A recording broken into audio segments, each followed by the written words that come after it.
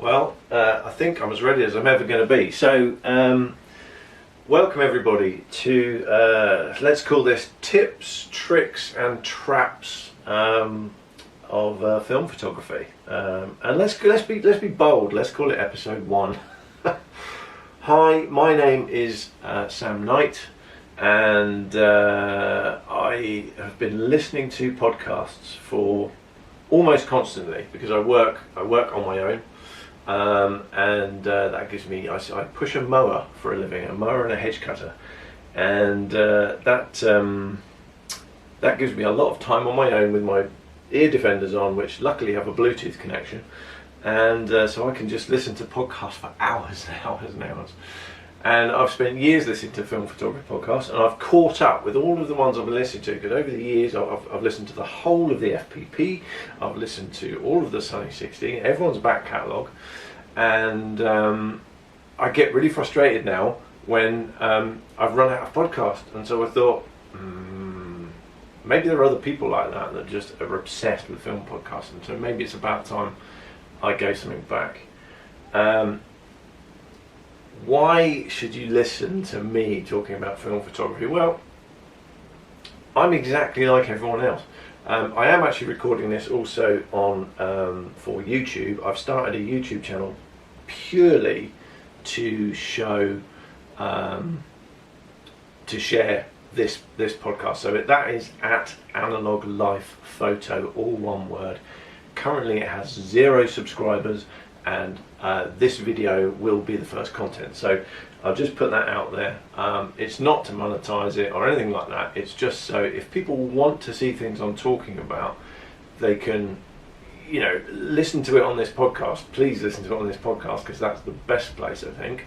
But if they want to sort of like see what is this guy like and what is he talking about, then if you want visuals, you can go there and you can take a look at the video. So that's the plan. Hopefully batteries in things that are recording this will survive, but we'll see how we go. So as I say, I'm exactly like everyone else. By way of proper introduction, I've only been into film photography for about 3 years consciously. I'm a greying middle-aged man, so like a lot of people, I shot film as a kid and as a teenager, but it was all point and shoots. And that's just because that's all there was. There was no digital photography. Along comes digital photography, and at some point I switched to digital, but that's where I sort of learnt manual exposure, manual metering, all of that sort of stuff, but there was something kind of missing. And then a few years ago, a relative of mine passed away, and the family said, you like taking photos, here's a bag of film cameras, and it had 2 cameras in it. Here's a bag of cameras, you do what you want. It was literally a carrier bag with a Praktica, which is a very budget brand, Praktica MTL5B, which was entirely jammed. It had that and 2 lenses. And there was an Olympus Trip 35, which still worked, and the light meter still worked. So that was great, and I will use that on trips. But because it's like not an SLR that allows me to do all sorts of things, I don't use that as much. But I sat there and I fiddled with this MTL5B Praktica, and it's just something about it. Even that clunky, cheaply made East German camera, it just had something about it that for me digital didn't have. And maybe this resonates with people, but I am a hands-on sort of learner. As I said, I work as a gardener, so I'm a very sort of hands-on kind of person. And I find when I shoot digitally, there's so much stuff hidden away in menus and settings, and I don't gel with that. But that turning, clicking a lens to change your apertures and manually focusing and then winding the film on, and all of these things, it has a certain tactile, it's just different. And I'm terrible at explaining that, but I'm sure many of you listening will appreciate exactly what I'm sort of saying there, and it resonates with you. Now, I have written a few notes. I'm probably already waffling. I can see I'm already at 5 minutes, and I haven't told you anything yet. But I do want to say thanks to the Sunny 16 podcast, obviously, for putting this out. In particular to Rachel Brewster Wright for thinking this was a good idea, and I hope I don't prove her wrong. And the ever-present Billy Sanford for also sort of giving me encouragement to do it. So I hope I don't let you down, folks. But right, so I've done a couple of those bits. That's great. I can turn a page over, and let's say you are right at the start. Let's just start at the start of film photography. So you've decided this is what you want to do, and it's really, really easy to sort of like just dive right in and just go mad for it. And that's what I did. I got into it at really the wrong time. It was right during the sort of first kind of lockdowny period when we had that whole debacle with everything that went on globally. And unbeknownst to me, film camera prices absolutely rocketed, shot through the roof, and I didn't know this. And so I was buying cameras left, right and centre, and I was paying far too much for them.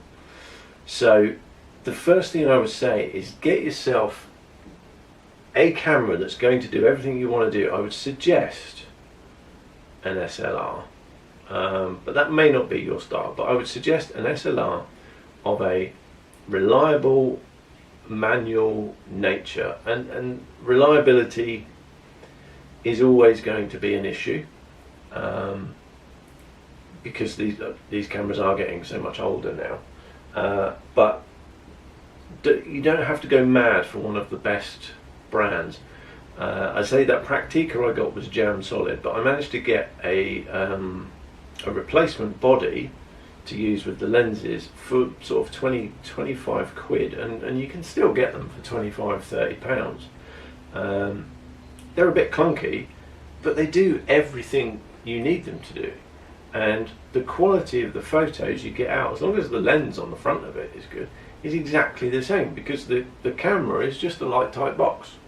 Yeah, as long as the shutter speeds and things are reasonably accurate, you'll do great, you know. As an example, and I'm just going to show these now, I bought, everyone was talking about, obviously I wanted to get into medium format, who doesn't, you know, when they sort of start out, and I bought a Yashica 635 TLR. Now I'm showing that to the camera, but if you don't know what that is, it's basically exactly identical to a Yashica 124G. Now the 124G is a really, really popular camera. It's a cheaper option in itself. It's a cheaper option to other brands of camera, but the lens is really, really good. It works beautifully, and that is still, and prices have actually come down recently. The Yashica 124G is still an expensive camera to buy, really. It's still, you know, it's about 100 quid more expensive than the 635.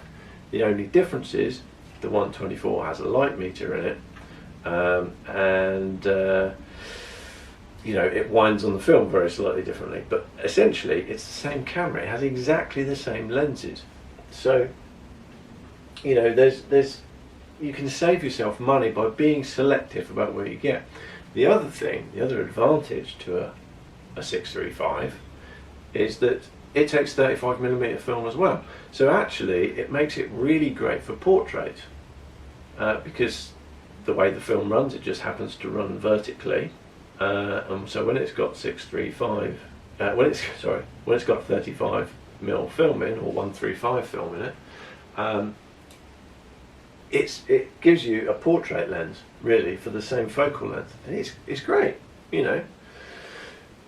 So there's always options. If you're looking at cameras and you're looking to get into cameras, do a little bit of research. Don't just dive straight into eBay. The other thing, if you are going to buy through eBay or something like that, when you're looking at cameras, and I didn't do this was a big mistake for me, look at the completed items. Go through the filters and you will find completed items, and that will tell you what everything has actually sold for. Not what people are hoping to get for it in their pricing, but what things have actually sold for. And that's crucially important, because that will slow you down. It will teach you, oh hang on, don't just buy it now. Things aren't selling for that much. Things aren't selling for what people are asking for. So slow yourself down a bit. The other tip, and I've heard this and I didn't do it, definitely limit yourself to just a couple of film stocks. I'm not going to say limit yourself to one film stock, limit yourself to a couple, okay? Because then you will learn faster, because you will learn how different film stocks react. You'll learn how that film stock reacts to the different things you are doing and how to get the best from it. Same with developing. Don't go crazy, and if when you do your own developing, which you absolutely will if you're not doing it already, initially at least, limit yourself to your choice of developers. Go for one of the basic, one of the simple ones, one of the ones that's been around forever. Choose that and work with that, because that way you'll notice differences and things will happen. Absorb information. As I said, I've listened to literally thousands of hours of podcasts, and I don't sit there and write notes about them. I have them on in the background, just in my ears while I'm working away, and I sort of pick up information bit by bit by osmosis. I don't hang on every word of every podcast, but there'll be little bits that you just sort of, it might be weeks later, you go, oh yeah, no, and you remember it, you're out with the camera, you remember something someone said, and you go, that's a really good idea, I'm going to try that. So that's a really significant thing. The other thing, and this takes a while to truly get into your head, I think. We live in an age of social media. You know, here I am talking to you, social media. You don't know me, you've never met me, and yet I may be influencing you, or I'm trying to tell you how to do things. So this is maybe this is me saying, don't listen to anything I say. I'm completely wrong, because I might be for you, and that's fine. But when it comes to taking photographs, we all look at Instagram. Instagram is probably the first place people go, and Instagram is so like driven, and it's very easy to fall into the trap of it's so easy to fall into the trap of going, well, people like that, so I'm going to do that, and then people will like what I do. And if you do that, and I fell into this trap, and it didn't work, because I'm not popular on Instagram at all, you won't be being true to yourself. It doesn't matter what other people like. If someone likes it, great. If you're doing what you want and what you enjoy, and someone actually responds to that genuinely and says, you know what, I really like that's given me a really good idea,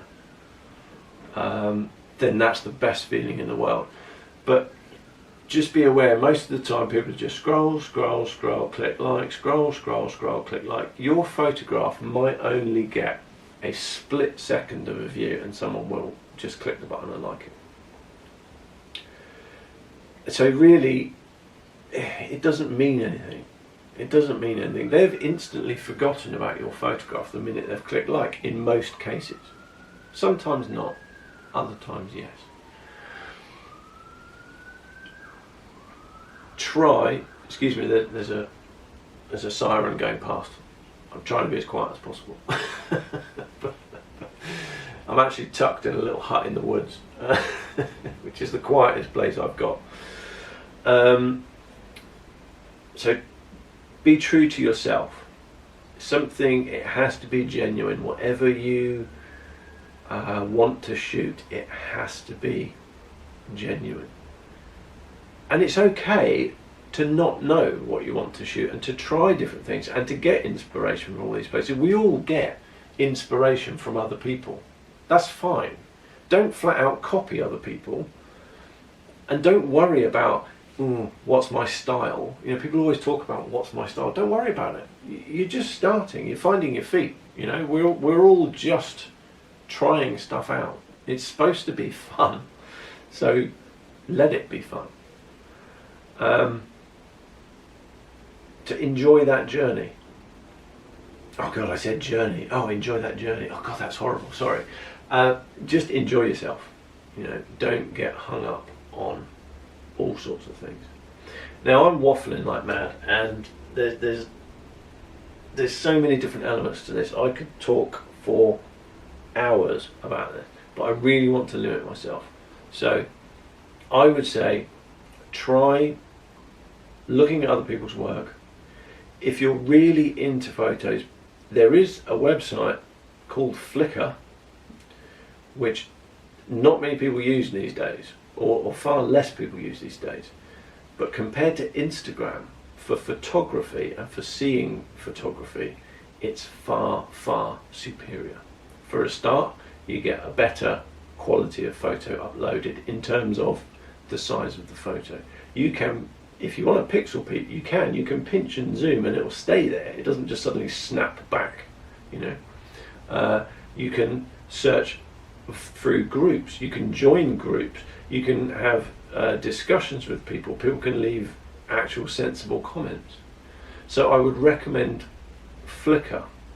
It has a massive photo library database which you can search by title. You can think, you know, you can type in windmills, and there are groups for almost anything. If you want windmills in the United Kingdom, type that in, search groups, and it will bring up probably 4 or 5 or 6 or 10 groups, and it is just full of photographs of windmills. If you want to, whatever you can think of conceivably. Now they do have a lot of these days. It's a lot of it is, well, a lot of the new stuff is AI generated. They have 3D sort of animation style stuff as well. So you do have to sort of filter through all of that. And also, I should say, there is adult content on there as well. So just be mindful of your settings and be mindful of what you're typing in if you are of a sensitive disposition. Other than that, fill your boots. So I would say try that if you haven't already. So I'm going to leave it like that. But as a beginner, don't rush in. Don't just buy all of the cameras, and you don't need to buy the cameras that everyone talks about. There's plenty of cheaper options out there. So look at that. Limit yourself in film choices. Just resist choosing different films every time. And when you get onto developing, initially limit yourself to developers and learn about that. And all of that time, just absorb information from all of these other places and just take it in and let it mix into a soup in your brain. Thank you for listening. If you've been watching on YouTube, thank you for watching, and I will catch you again at some point in the future, hopefully not too soon. Please let me know comments, suggestions, things you liked, things you hated. If you think I should never do another one, please tell me that. It's okay. I'm old enough and ugly enough to be okay with that. So thanks ever so much, and I will talk to you again soon.